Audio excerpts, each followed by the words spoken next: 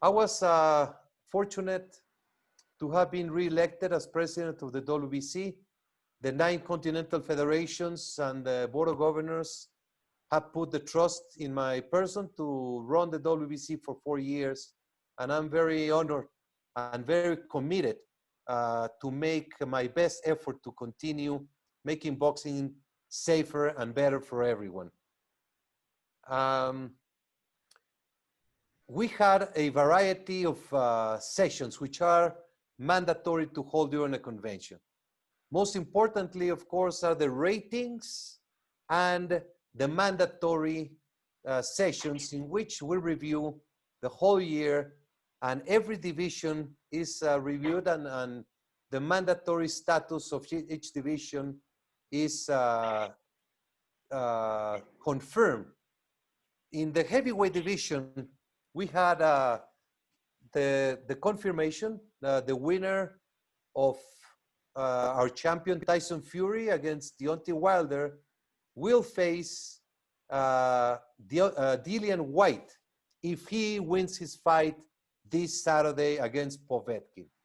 That was discussed. All promoters were present, and that is the WBC ruling. The winner of Wilder and Fury fights Dillian Whyte if he wins without any intervening bouts. The other division that had a great surprise, because in the super middleweight division, we did all the rulings that were consistent with last convention, but nobody ever thought that Benavidez was not going to make weight. So Benavidez didn't make weight. He won the fight against Angulo, and the title became vacant. So we had Avni Yildirim, who has been the mandatory for 18 months and had taken a step aside to permit Benavidez Angulo. He's confirmed as the co-challenger for the vacant title. Saul Canelo Alvarez has requested to take this fight. The WBC voted in favor, and we have that fight ordered for the vacant title. We have a variety of other requests, Callum Smith, among others, and we're going to see a ruling to see what happens with the winner of Canelo and Yildirim. The other division that is very active was in discussions, the lightweight.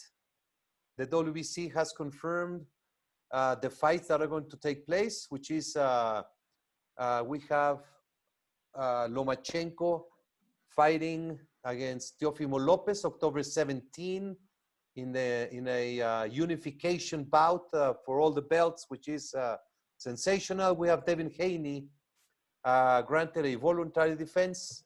Ryan Garcia will face Luke Campbell for the interim title, and the immediate fight against Haney as a mandatory once those fights take place. Javier Fortuna is trying to finalize and continue the fight on the 29th. We don't have any details yet. So every single division was reviewed and voted on, and we sent out the press release as we always do, and anyone can have access in case they need something.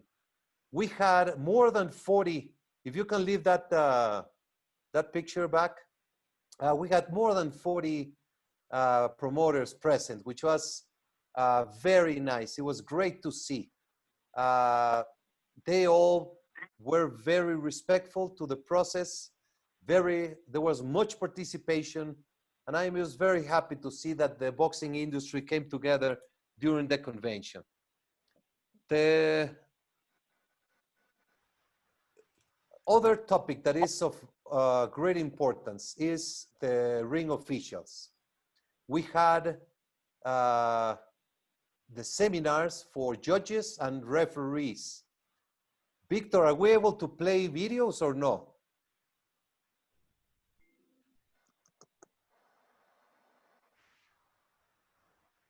I think we're gonna... the computer, the Paul's computer is breaking up, but I think we are able now. Okay, try to put the WBC University video, which is a platform that we have worked on 2 years with University, Liber Cuare University. We have produced sensational materials, and now we have a system where we can train and we can certify ring officials, doctors, nutritionists, trainers, etc. So please enjoy this video.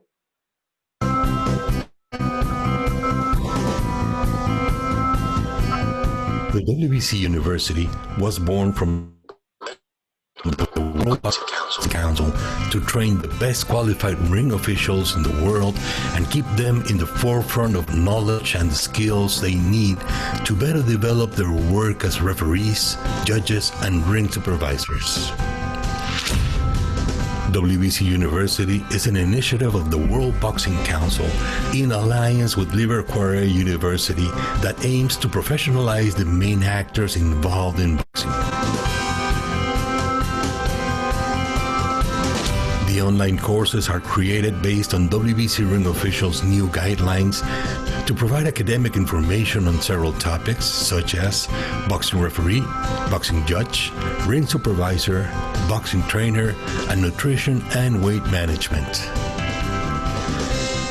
The WBC University online platform will serve as a forum for ring officials committee to provide technical information, broadcast a live masterclass or a panel of experts on any topic, and establish communication with officials and fans from all over the world.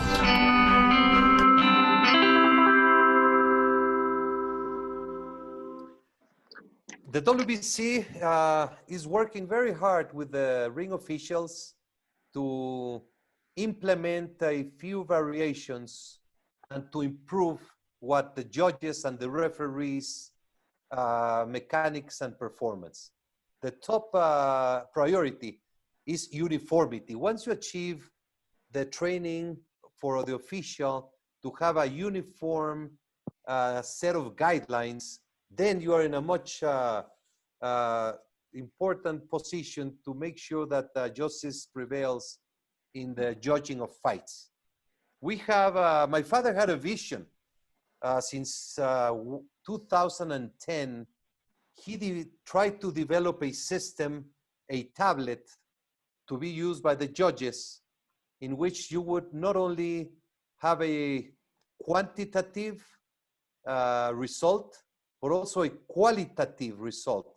I don't know if Victor has a tablet there that he can show, but basically what the new training for judges includes judging each round, not only 10-9, which is the majority of the rounds, but also how close was that round. 10-9, close. That's a tablet that we had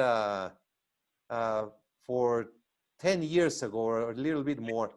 So this was designed so the winner of the round, the judge would press a button which is even if it was a close round, which is equivalent to 10-10, or if he won the round very slight, clear, or it was a beating. Then you had some buttons for the knockdowns and the fouls, etc., etc. This was the initial concept. And now we landed to, if you can put the other slide, please. What we do in the remote scoring application, the judges score the round. They put the score for the fighter, 10-9, but then they also have to press a button signaling if it was close, moderate, decisive, or extreme decisive. So if a judge scores a 10-8 round without a knockdown, he will be putting the extreme decisive qualification.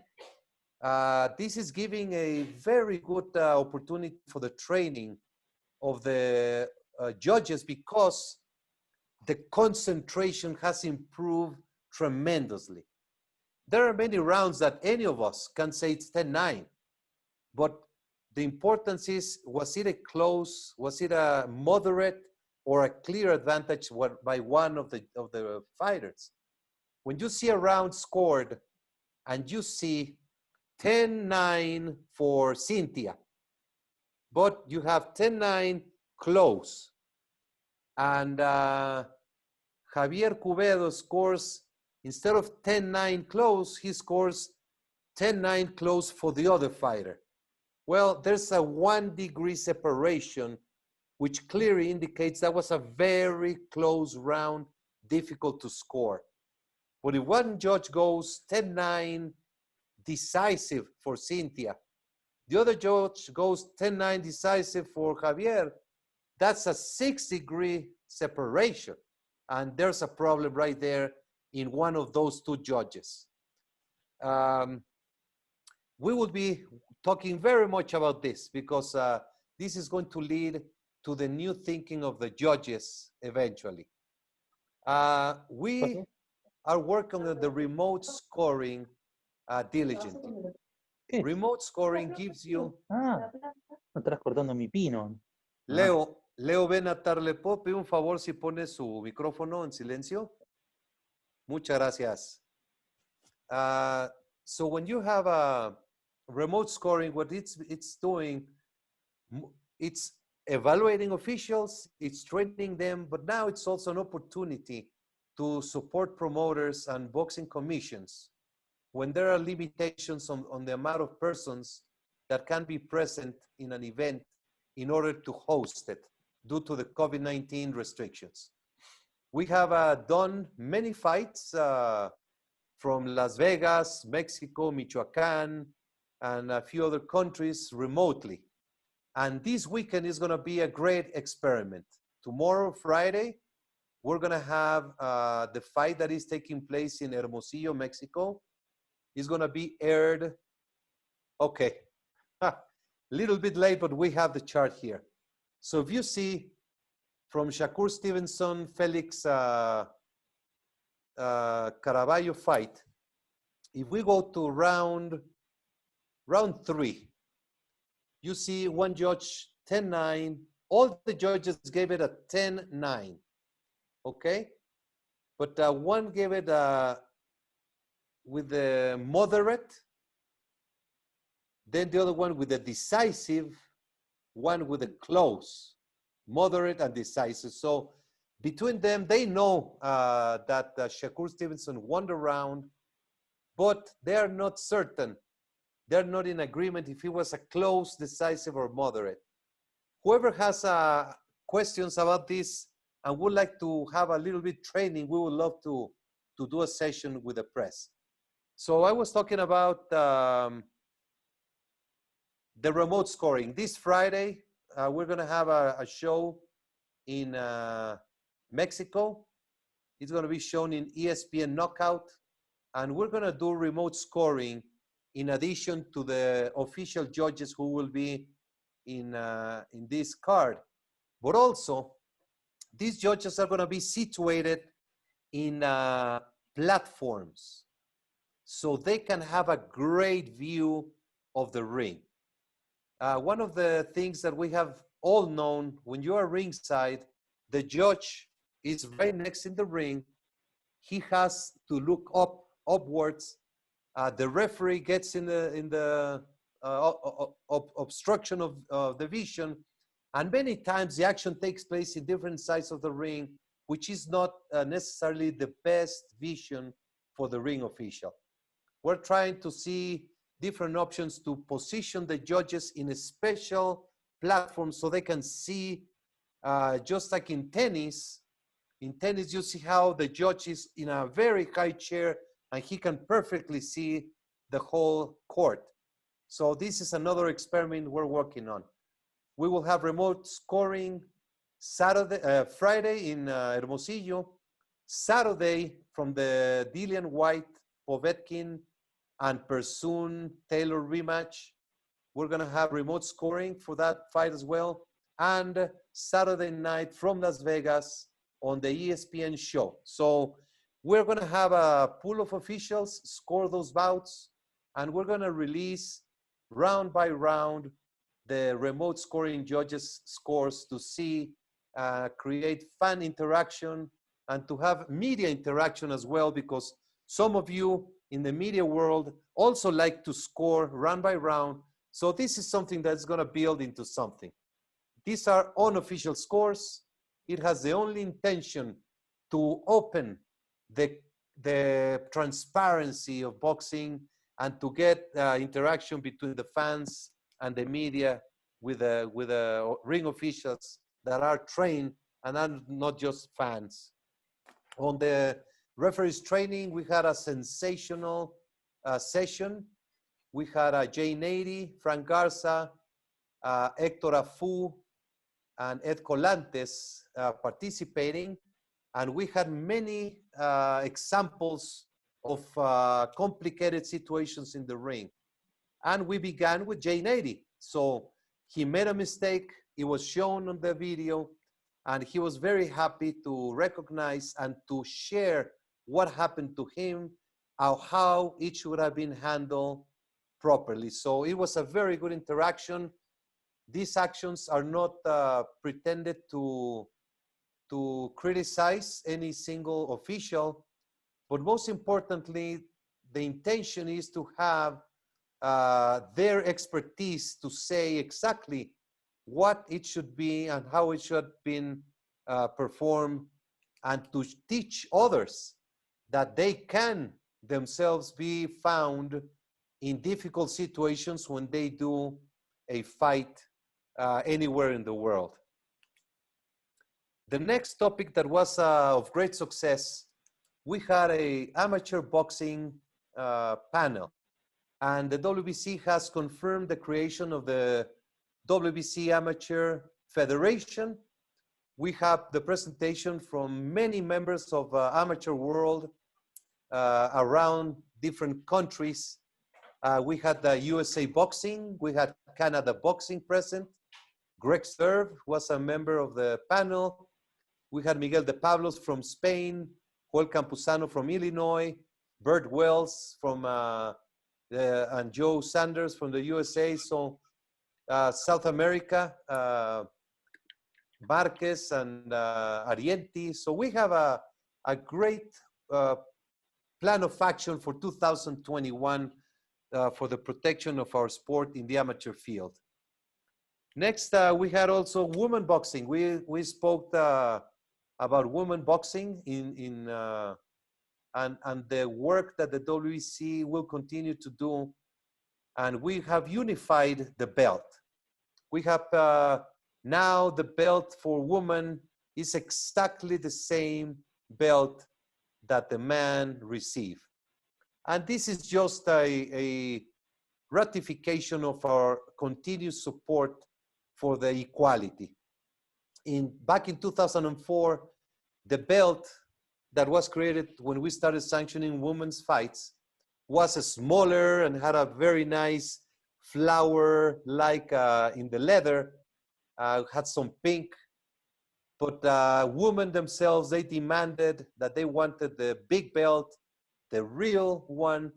And starting this year, there is no longer the word female, which was in the other belts in the past. Now it's a world champion, and we're very proud of our woman. The power of woman is there. And as we can see, we had Harper Jonas, August 7. Then we had Cecilia Bracos against McCaskill last weekend. And just this Saturday, Persoon against Taylor. So women are showing how important they are for the sport. We also discussed, Don Majewski brought a petition to have a new division between the cruiserweight and the heavyweights. We are looking into it. We appointed Tony Bello to look into this, talk to fighters, talk to promoters. We're gonna talk to the boxing industry to really look into the merits of adding a new weight category. The claim is that the heavyweights are very big. We have Tyson Fury at 270, Joshua around that weight. And then you have fighters that are naturally in the 200s to 10 weight. And that's why there's a proposal to create a new weight category that goes from 200 pounds to 225. The heavyweight will remain as the largest. There's no change in the name. There might be an intermediate division, and we will be addressing that. We have actions that we reviewed. What has happened during the pandemic? The WBC has been very active in keeping the world together, the sports, the boxing world together through many actions. I don't know if we can show the video, Victor, acciones.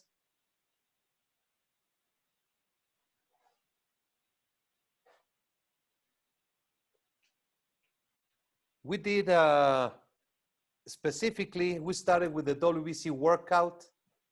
Then we started with the WBC Talks, which has been a tremendous tool to keep us informed, entertained in Spanish and English throughout this time. Yes, I think we have the video. Let's see.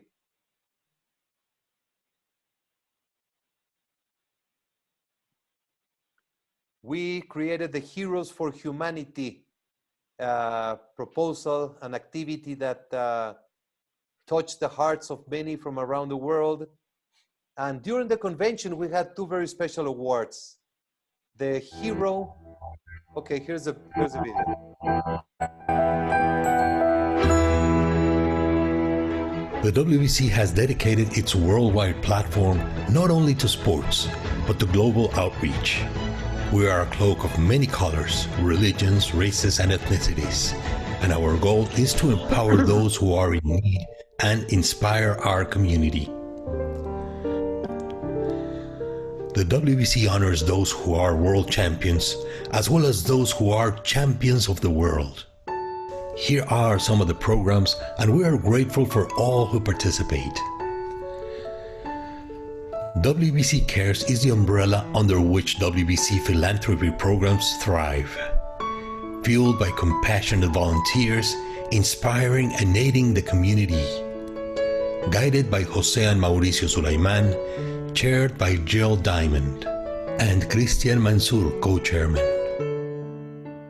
In a partnership short of a miracle, the WBC has joined with the Pope's Foundation Escolas Ocurrentes to build better young lives through boxing.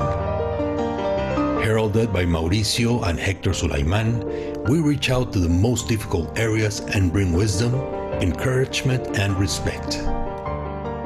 Heroes of Humanity Global is to honor those who put their lives on the line for ours, performed heroic deeds, and made a perceivable difference during this pandemic. We applaud their courage and determination and honor them with recognition. Heroes of Humanity honors those Mexican citizens whose spirit and dedication have helped their countrymen during this horrible pandemic. The Jose Sulaiman Fund gives to the needy members of our community. Managed by an outside foundation, it is one of the most highly minded and helpful actions, bringing dignity to our fallen heroes. The COVID Food Fund helps supply needed food and sustenance to the boxers who have suffered greatly during this pandemic. It has saved many from starvation and malnutrition. Mental Health Task Force, under the USA Congress, is headed by Representative Grace Napolitano, which is one of the most important partnerships we have. It focuses on anti-bullying, anti-drugs, teen suicide, as well as all brain illness. Unity for Peace brought our WBC champions together, making a strong, positive statement in response to the unforgivable racism exhibited around the world. We are a proudly diverse sport and united by peace and love.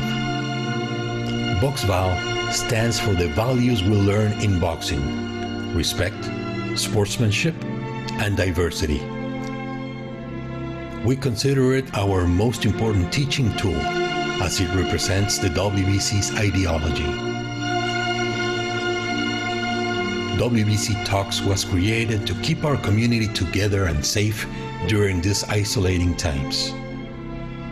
we reach out with important members of our boxing world and keep the flow of love and information going. The Sulaiman Award was to honor Sulaiman, a young Brazilian fighter who lost his battle to cancer. Many courageous boxers with strong, inspiring character submitted their stories, and the one most like Sulaiman's was awarded the prize by Sulaiman Promotions.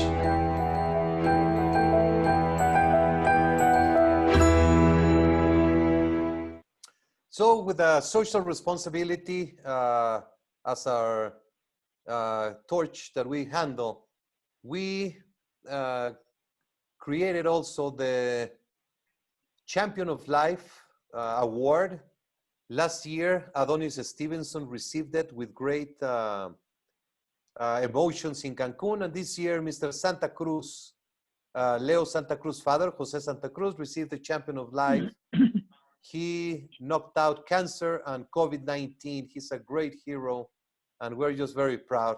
Rosendo Alvarez received the Humanity Award because he has done unbelievable work as an ambassador of the WBC Cares and has recently rescued Ricardo Mayorga from the streets.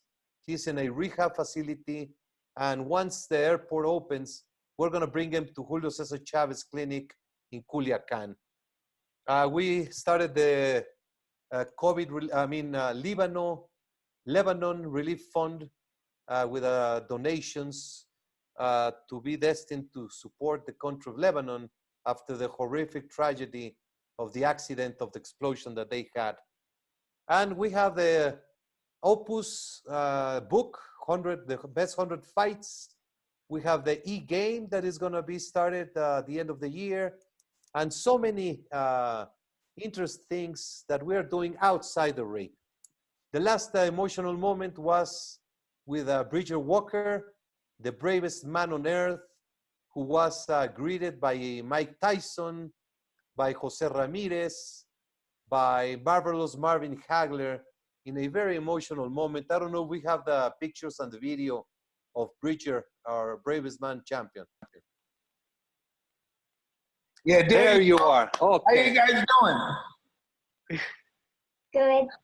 Good, Bridget. Hey, man, I've been hearing about you, man. I've read your story. There's no doubt about me that you have championship material in your blood. And, man, listen, for someone to stand up like that to their sister against something that was just really terrifying, hey, there's no doubt, man, you're the champion of your sister. You're the champion of all of us. Thank you, brother, for showing your courage. Mike, Papa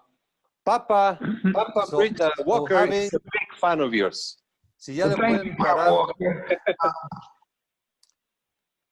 This was a great moment to close the convention, and we just ended up with a great feeling of warmth to having had the world together during the WBC convention.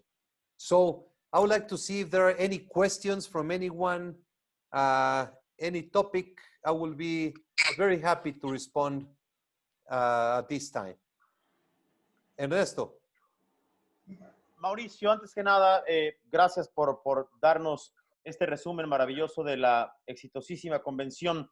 Dos tópicos, por favor. El primero de ellos, me parece que, como decimos en México, quizá con malas intenciones, ha habido comentarios muy fuertes acerca de esta pelea entre Yildirim y Canelo, y quisiera que nos explicaras un poco, y sobre todo explicar a la gente que no está enterada de boxeo, para que sepan lo que sucede con esto. Y lo otro, me sorprendió del Heraldo, los números que estabas virtiendo en esa columna, en donde son sorprendentes. Si pudieras extenderte un poco en lo que significan estos números, que son muy altos, de la gente que atendió a la convención.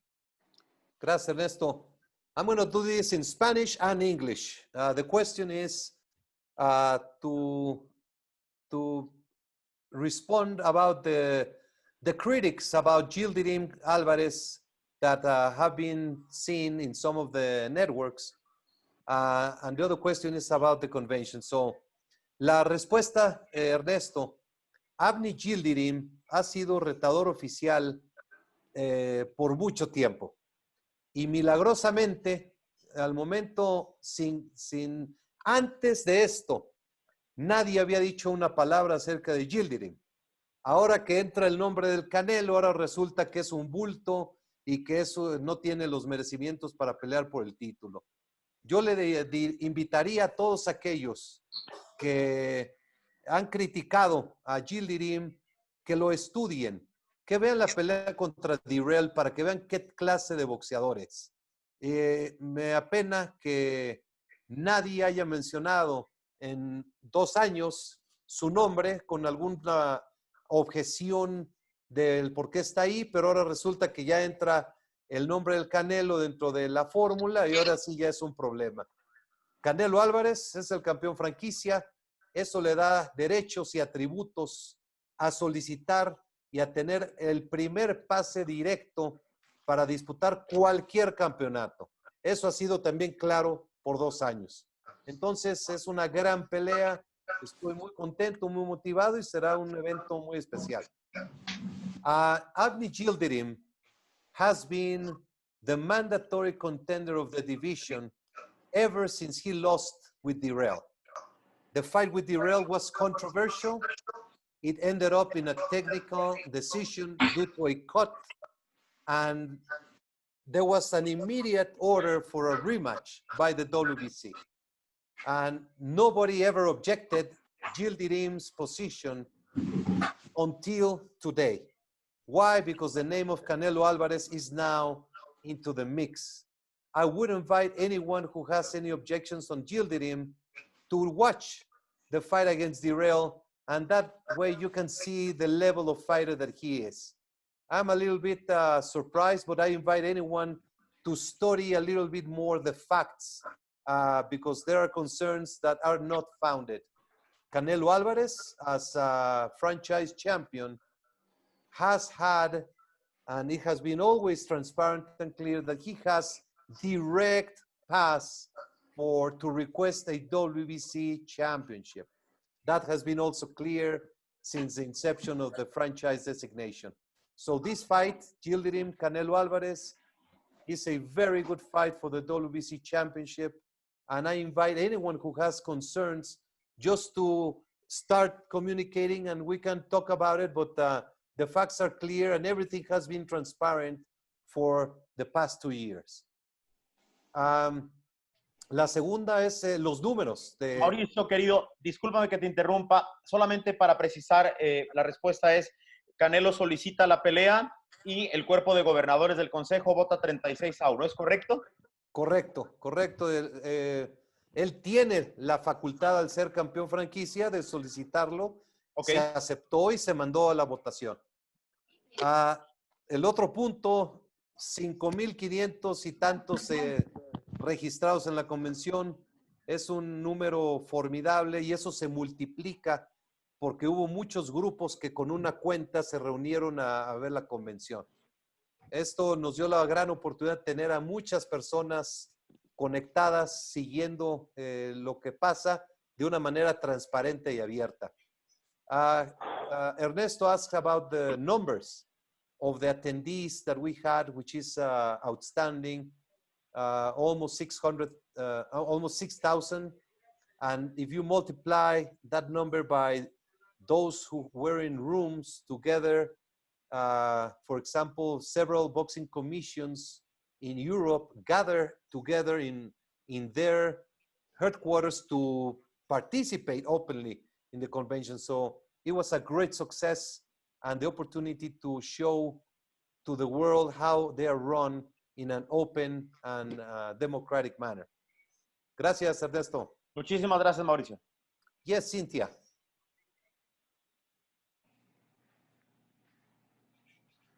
Hi. I just have a quick question. I know a lot of boxing fans and a lot of media have been speculating when David Benavidez missed weight and he was moved up, he was put #1. A lot of people didn't understand why. Why wasn't he put in the top 15 or at least fight in the division to find out where he belongs in the division? Can you touch upon that of why he's #1? Yes, absolutely. David Benavidez unfortunately missed weight. He has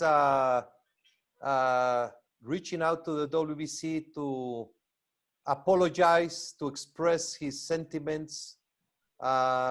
We cannot judge or make excuses. We cannot take any side. The fact is that he was in the bubble for 1 week where he had no access to sauna or the usual training that he does to make the weight on the last week. There is a precedent when a champion requests the ranking in a higher weight category, most of the times they are ranked at #1 position. Benavidez didn't lose in the ring. He lost in the scale.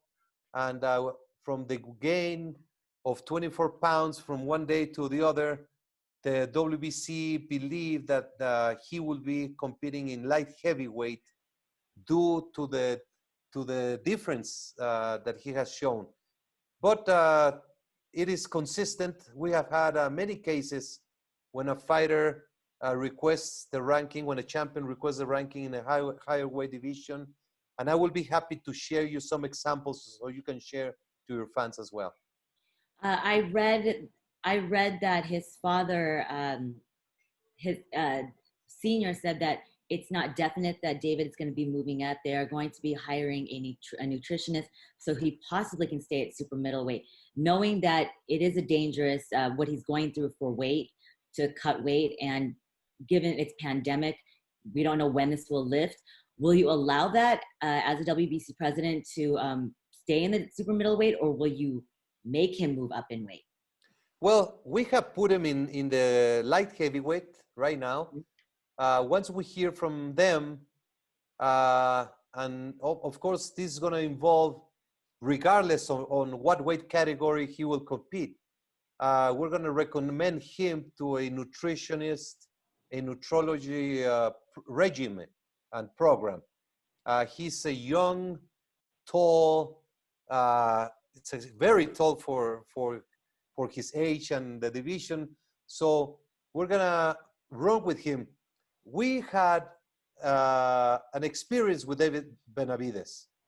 He was tested positive for cocaine in a clean boxing program test out of competition.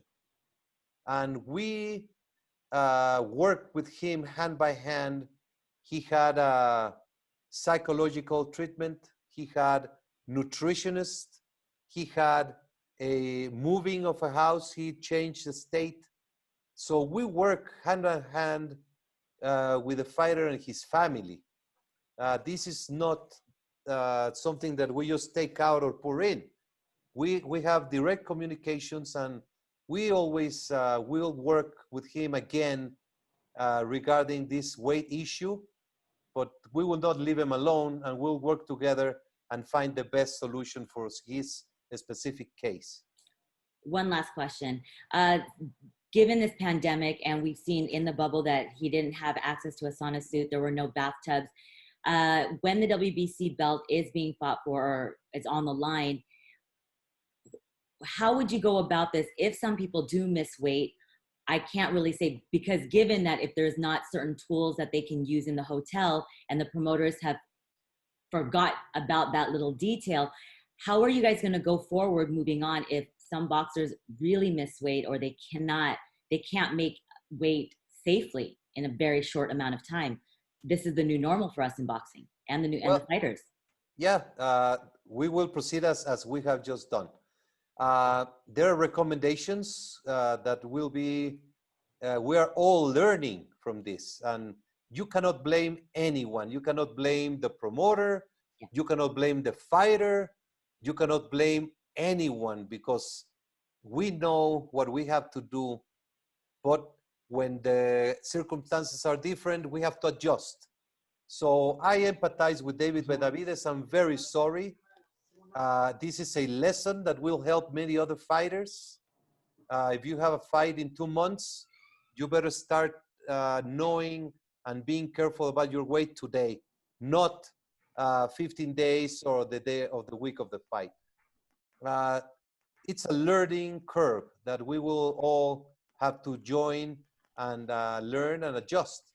But we are giving every flexibility. We have had Berchelt do a non-title fight. We have had fighters do non-title fights. We are giving everyone the flexibility. Valdez did a non-title fight. Now they're going to fight Valdez and Berchelt. So this is a process. There's no answer to many of the circumstances that we are facing, but we will be trying our best to be as fair and just within the rules and regulations. Thank you. James? Mauricio, two questions. The first one is concerning the judges. You've talked, and we have talked a lot about the point system for 10-9, but will attention also be brought to bear on knockdowns? Because as everyone knows, in the past, when there's been 2 knockdowns in a round, sometimes it's been scored 10-8 instead of 10-7, and that has affected the result. So that's the first thing about the knockdowns. The second one is your opinion about the sportsmanship or sportswomanship of Cecilia Brækhus. She went for the 26th successful defense of the title to try and beat Joe Louis's record. She lost and immediately congratulated Jessica McCaskill, saying, "I didn't throw enough punches. Well done to her. She worked for it. She really wanted it." What a magnificent example of sportsmanship during tremendous disappointment. I'm going to take from there, from Cecilia. She is an example for everyone on every single aspect. I was so humbled to see how she took defeat in a grand way. Muhammad Ali, Oscar de la Hoya, all the great fighters in the history of the sport have lost. And she took it as a lady with great sportsmanship. I cannot begin to feel her disappointment. She was looking for the 26th title defense, breaking Joe Louis' record. She has been a champion for 11 years, and she's a great example and great representative of the sport inside and outside the ring. McCaskill, she went with hunger, and she wanted that title, and she got it. So it's a great news for boxing. A new champion and a grand reaction from the former champion.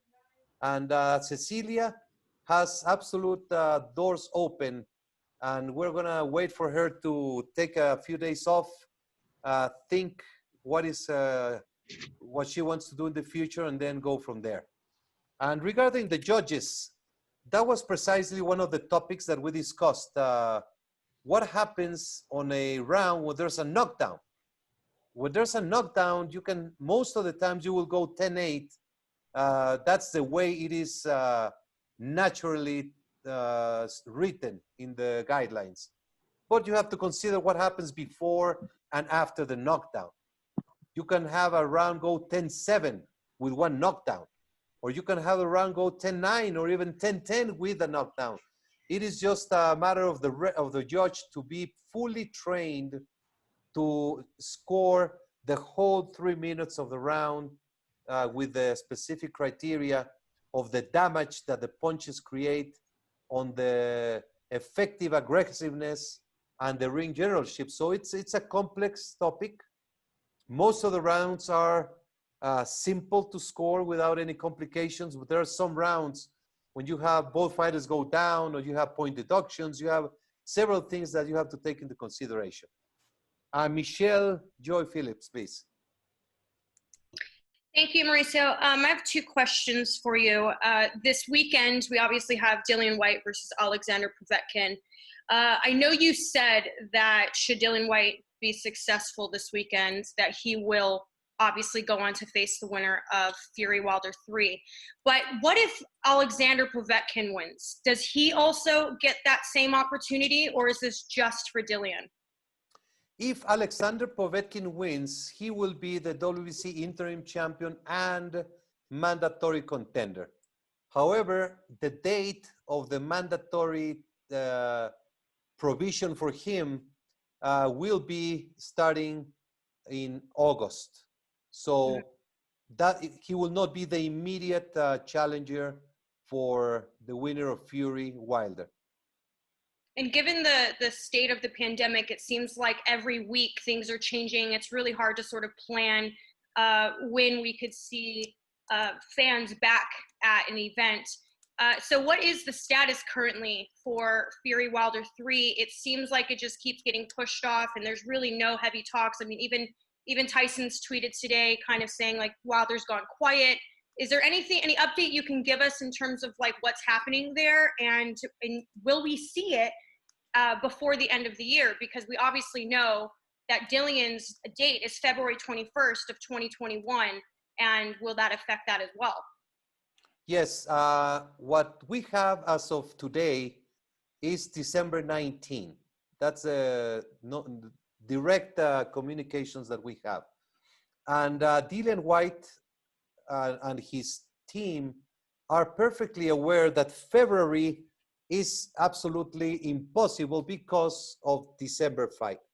The agreement that and the voting from the WBC, what we have on hands is that the winner of Fury versus Wilder immediately fights Dillian Whyte if he wins this Saturday.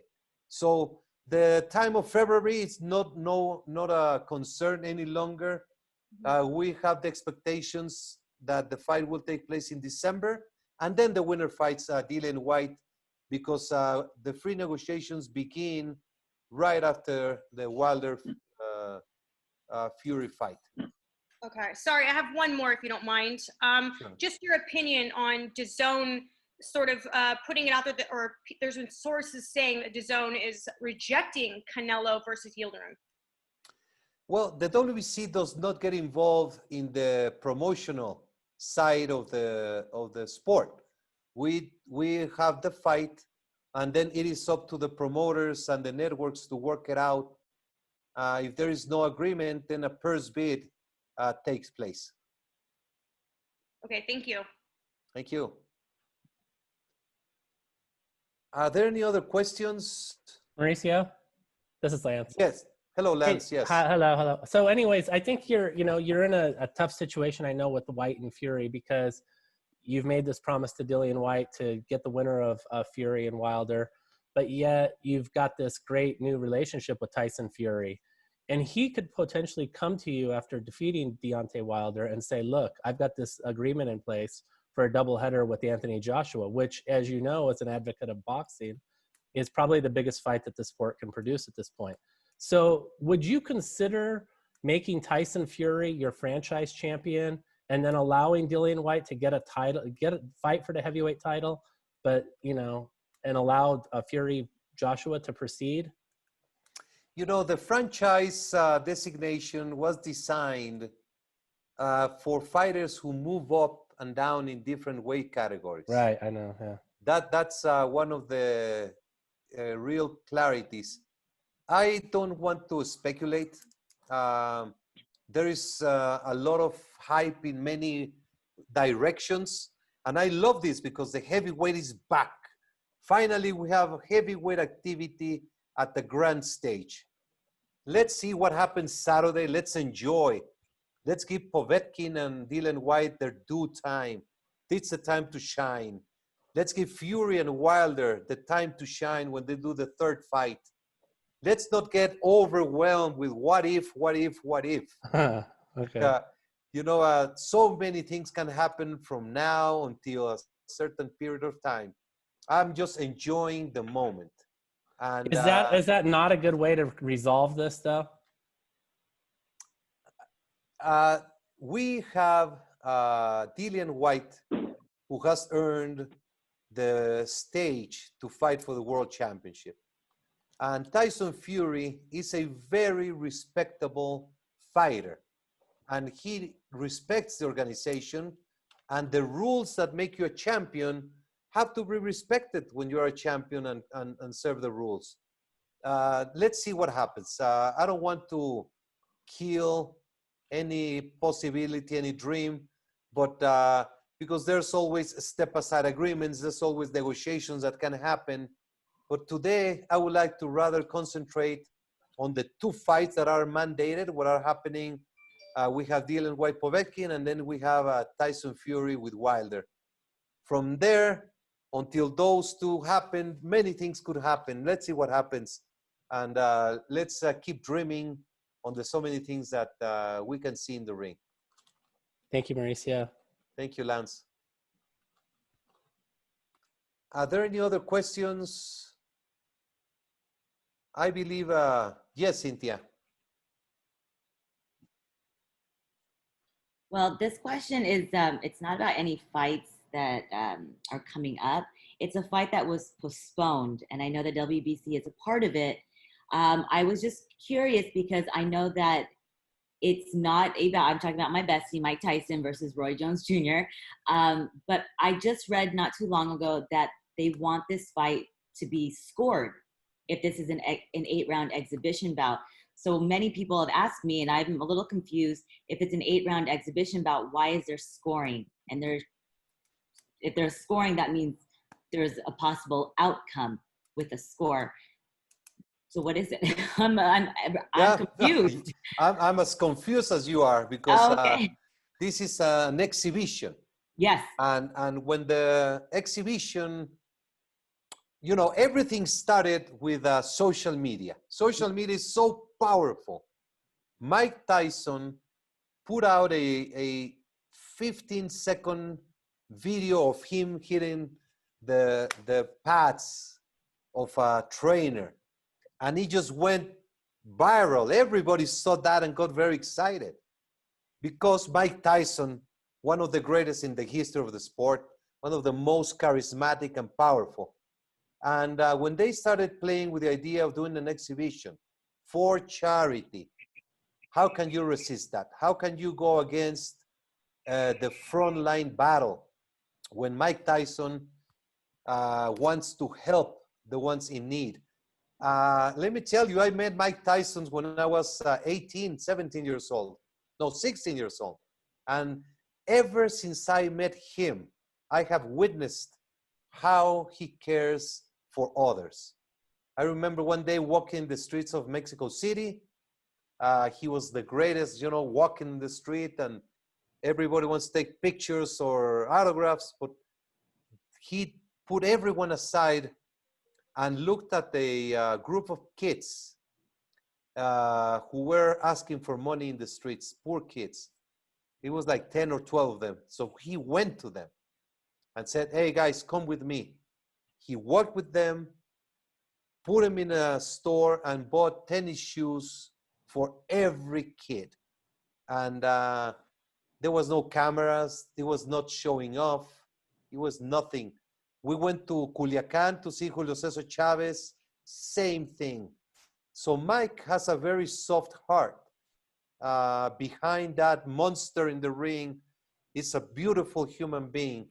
The WBC is very close to Mike Tyson and we will support him in every single manner. But there's a lot of confusion on the event with Roy Jones and scoring an exhibition. I don't know what is the purpose or what it is about, but I will be finding out and I will let you know once things evolve. Okay, good. Then you can find out if it's really supposed to happen November 28th with fans possibly. So good. Get on it, Mauricio. Okay. Thank you. Cynthia, I want to take an opportunity to thank you.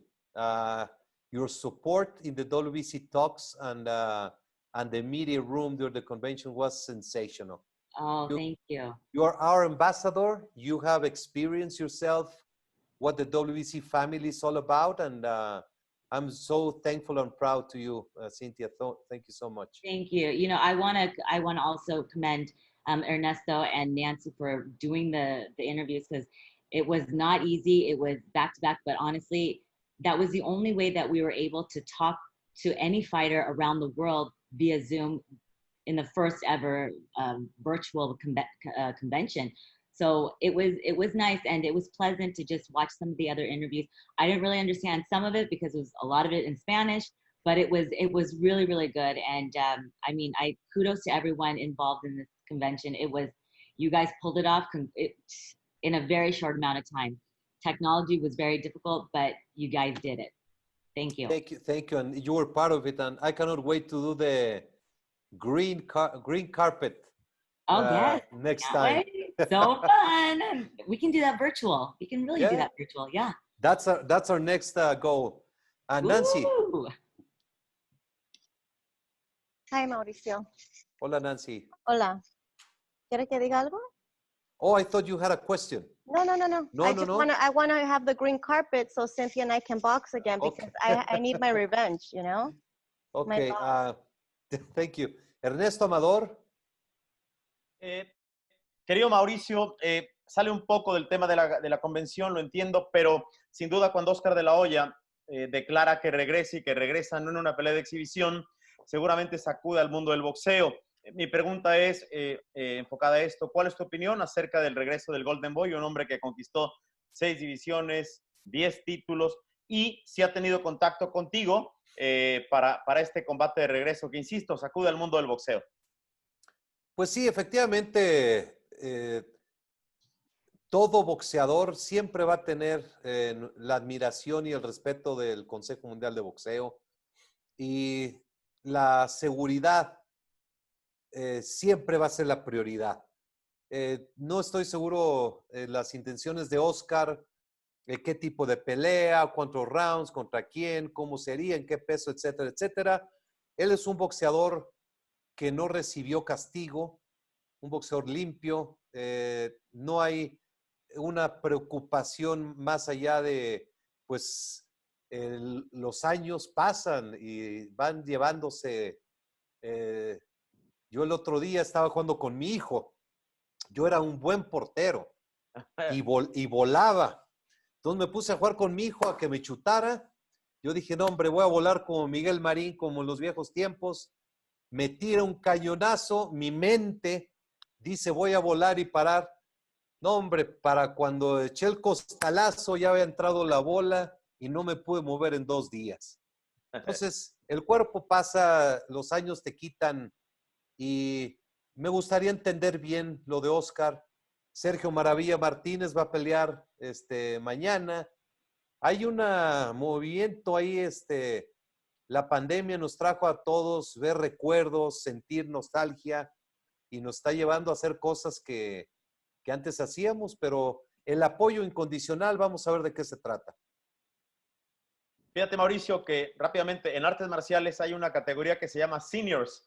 Efectivamente, gente que ya pasa cierta edad, no sé, sería ponerlo en la mesa, puede ser una no mala idea, decir, bueno, puedes competir ya en la categoría de seniors, gente que rebasa cierta edad y que ya nos avienta como el Superman Marín ni el Gato Marín.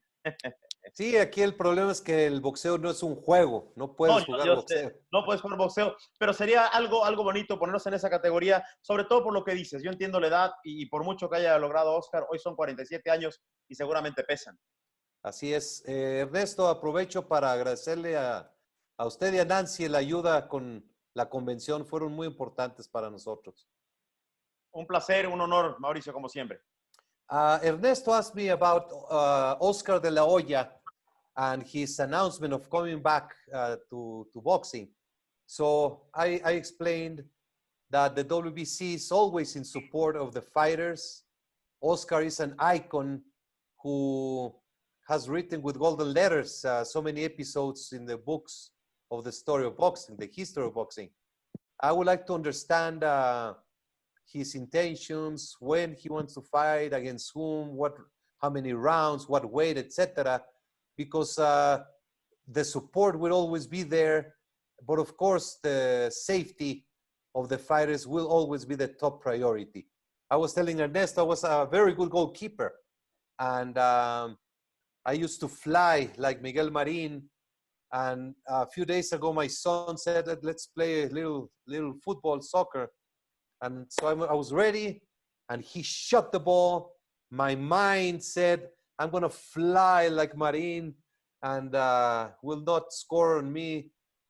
My mind said that, but my body did different. I just dropped like a potato bag, and I could not move for 2 days. So we have intentions. Our mind says something, but the body takes a toll when the years pass. So I will see. I will talk to Oscar. I love Oscar de la Hoya. We'll see. I hope that he has a good intention. Maravilla Martinez is coming back. So there's this nostalgia that the pandemic has brought to all of us. We want to do what we enjoy, that we've been just so anxious to understand and to live again. Any other questions? Well, I don't see the screen, everybody, but I think there's no more questions. Mauricio, yo tengo una pregunta. Javier Cubedo. Primero que nada, I would like to congratulations.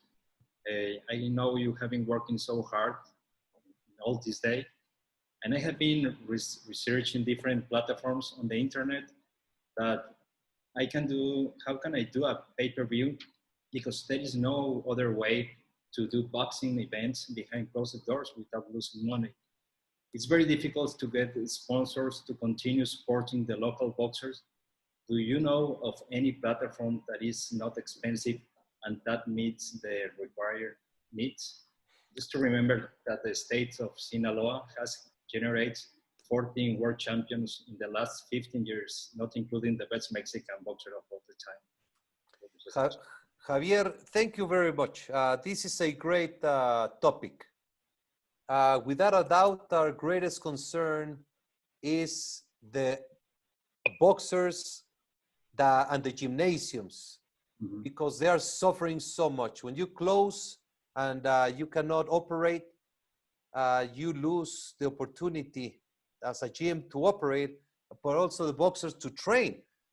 And without public, there's so many small cards, small shows that usually take place when you sell tickets and then you can do the show, are not a possibility right now.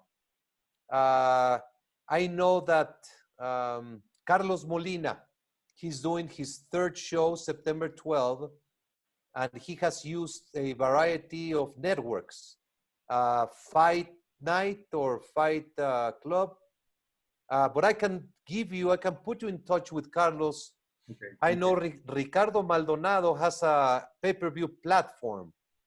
There are several alternatives, Facebook Live, but this is a great point that you're making.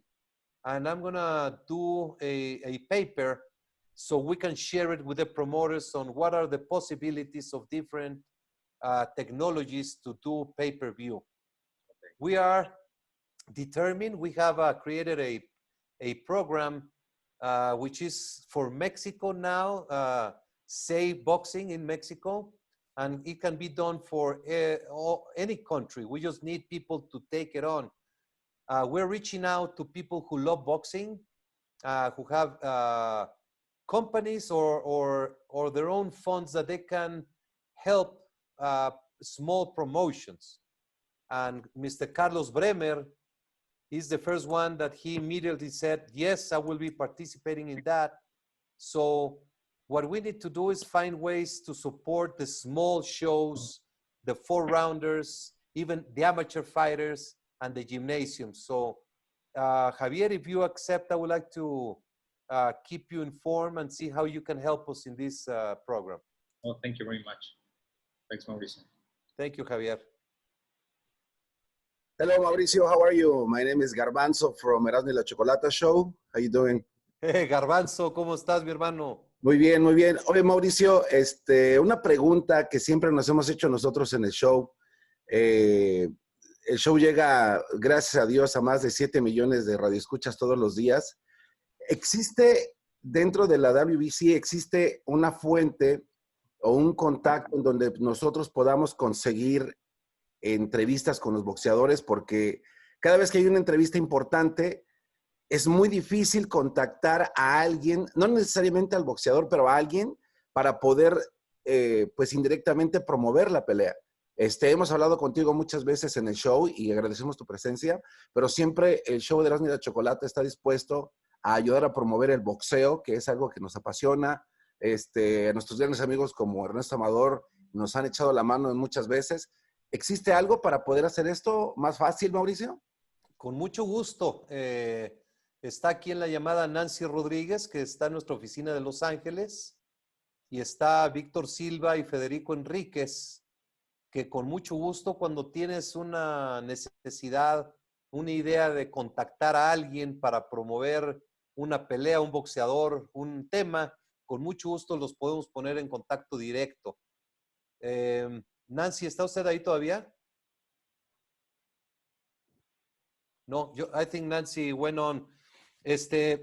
Mándame por favor tu email aquí por el chat. Ok. Y nos ponemos en contacto para darte los datos de quién los puede ayudar a contactar boxeadores, promotores, etcétera. Y querido Mauricio, perdón que interrumpa, yo me ofrezco de todo corazón en lo que pueda servir a mis amigos de Dazn y la Chocolata. Cuenta conmigo, querido Mauricio, de manera muy humilde. Estoy a sus órdenes. Muchas gracias, Ernesto. Amador. Gracias, Garbanzo, querido. Gracias, un abrazo. Perfecto. Muy bien, pues siento que hemos llegado al final. Oh, y una última pregunta. Adelante, Gabriel, échele. Oh, it's a pleasure for us. Nomás para la pelea de Whyte con Povetkin, porque estaba terminando algo ahí y quería preguntarte que en caso de ganar Povetkin, ¿qué significaría un campeón ruso en este momento en la división de peso pesado? Nomás esa curiosidad para algo que estamos terminando, para casualmente hablando de plataformas a Mediateca, y están viendo que lo de las plataformas se está consolidando muy fuerte en esto más allá de la pandemia. Un placer. It's a pleasure for all the people here now. And you know, the WEC have a great convention, and we will wait the best fights in the future with the WEC Championship. Muchas gracias, Gabriel. Si Povetkin conquista la gloria el sábado, es una noticia que sí va a sacudir el mundo de la división de los pesos completos. Él es un gran boxeador. Tuvo su pelea contra Wilder a una semana de llevarse a cabo. Lamentablemente, una sustancia que empezó a ser prohibida ese año y que el día de hoy ya no tiene esos niveles de los que tenía de prohibición, pues no se pudo llevar a cabo. Él sí debió haber peleado con Wilder, no se llevó a cabo. Ahora pelea, es su última oportunidad.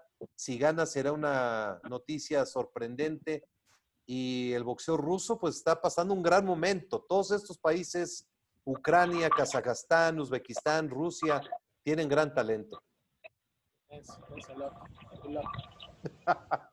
Por ahí alguien está yendo al baño, me parece, pero...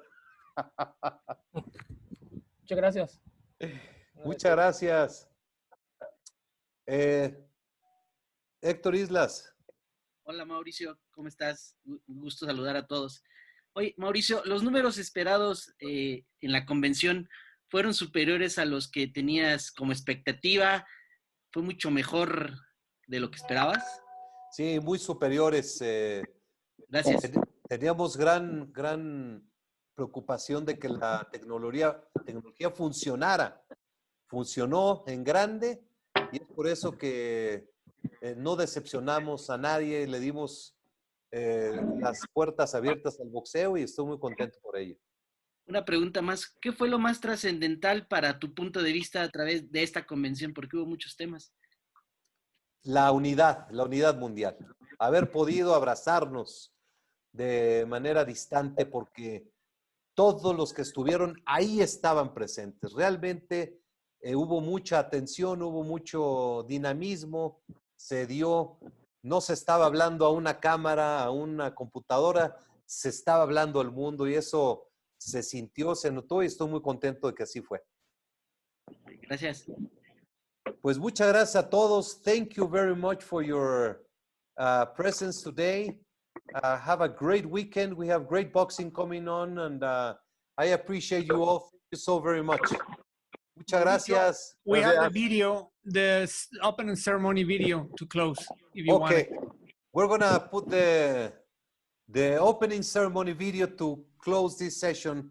Vamos a pasar el video de la ceremonia inaugural para cerrar esta conversión y gracias a todos por verlo. Ojalá les guste. Gracias, Mauricio. Abrazo, Mauricio. Thank you, my only president. Thank you, my only president. I love you, Uncle Bill. Please watch this video. I think you're going to love it.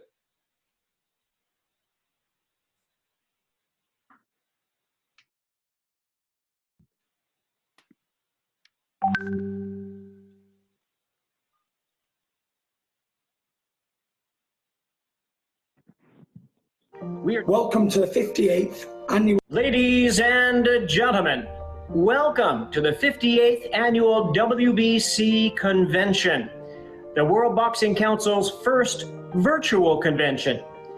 Welcome to the 58th annual convention.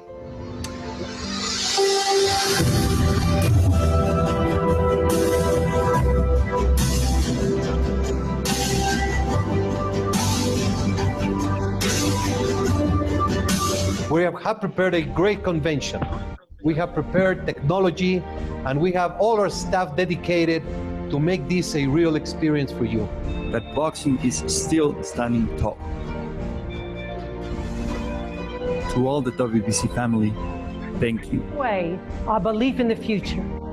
We are the WBC, not just boxers, but fighters. And inside each and every one of us is a champion. This is the time to let that champion out. This is the time to dream the impossible. Later, to do the undoable.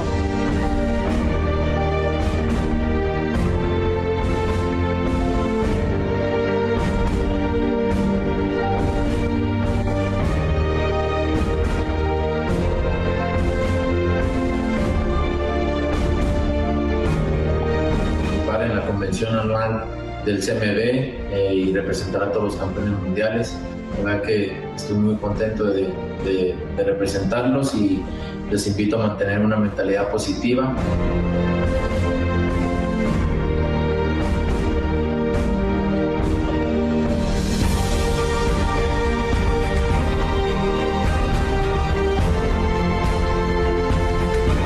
Welcome to WBC's 58th convention, first digital convention.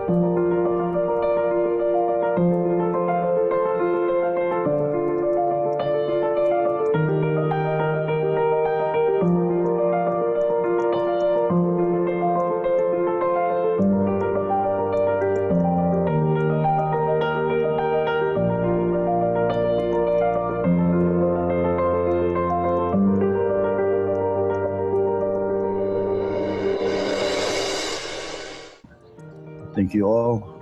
Aloha. Spread the aloha. Stay safe. Love you all. Thank you.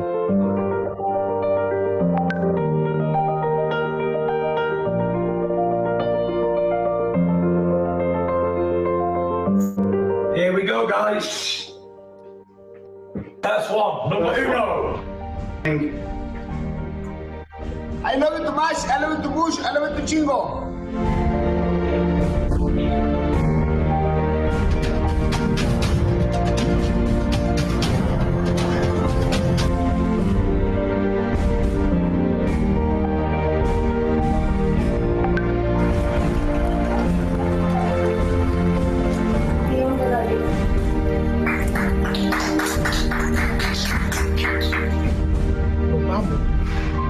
Vamos a irnos a claro, okay.